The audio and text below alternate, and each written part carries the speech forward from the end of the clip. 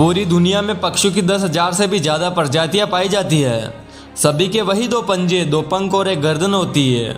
लेकिन इन्हीं में से एक ऐसा पक्षी है जिसकी एक अलग ही पहचान है, जो आसमान का सीना चीर के हजारों मीटर ऊपर 120 किलोमीटर की रफ्तार से उड़ता है, जो खुद से कई गुना अधिक वजन के शिकार को भी अपने पंजों में दबोच कर उड़ जाता है।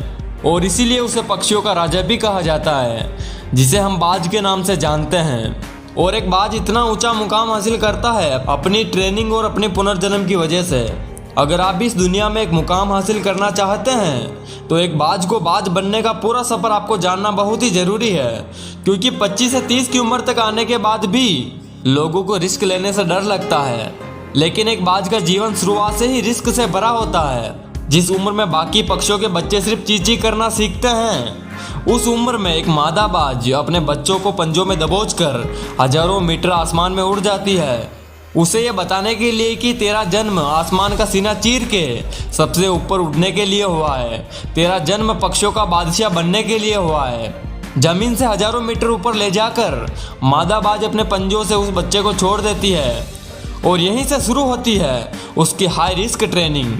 वो चूजा जमीन की तरफ तेजी से गिरने लगता है। थोड़ा नीचे आता है तो उसके पंजे खुलने लगते हैं। नीचे आते आते वो अपने पंजे को फड़फड़ाने लगता है, लेकिन वो अभी तक उड़ना नहीं सीखा। वो जमीन से कुछ ही ऊपर होता है। ऐसा लगता है कि कुछ ही सेकंड में उसका जीवन समाप्त हो जाएगा। लेकिन अचानक एक पंजा उसे अपने गिरफ्त में ले लेता है और वापस आसमान में उड़ जाता है। वो पंजा होता है उसकी माँ का, जो उसके पीछे उड़ रही थी।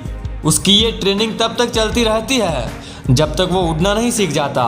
इतनी हाई रिस्क ट्रेनिंग होने के बाद इस दुनिया को एक बाज मिलता है।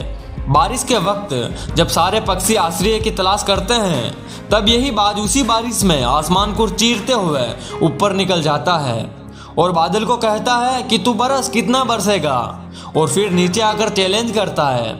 एक बाज की उम्र लगभग 70 वर्ष की होती है। जब वह 40 वर्ष का होता है तब एक परेशानी उसकी जिंदगी में मौत बनकर आती है, जो आपकी परेशानियों की तुलना में बहुत बड़ी है, क्योंकि 40 की उम्र में बाज की चोंच इतनी मुड़ जाती है कि उसे शिकार निगलने में बहुत परेशानी होती है। उसके पंख भारी हो जाते हैं, छाती से चिपकने लगते हैं, जिससे उड़ना बहुत मुश्किल हो जाता है। उसके पंजे लंबे और लचीले हो जाते हैं, जिससे वो शिकार को सही से पकड़ नहीं पाता है। अब उस बाज के पास सिर्फ 3 रास्ते होते हैं। पहला रास्ता, वो अपने शरीर को त्याग सकता है। दूसरा रास्ता, गिद्ध की तरह छोड़े हुए भोजन पर निर्भर हो जाए।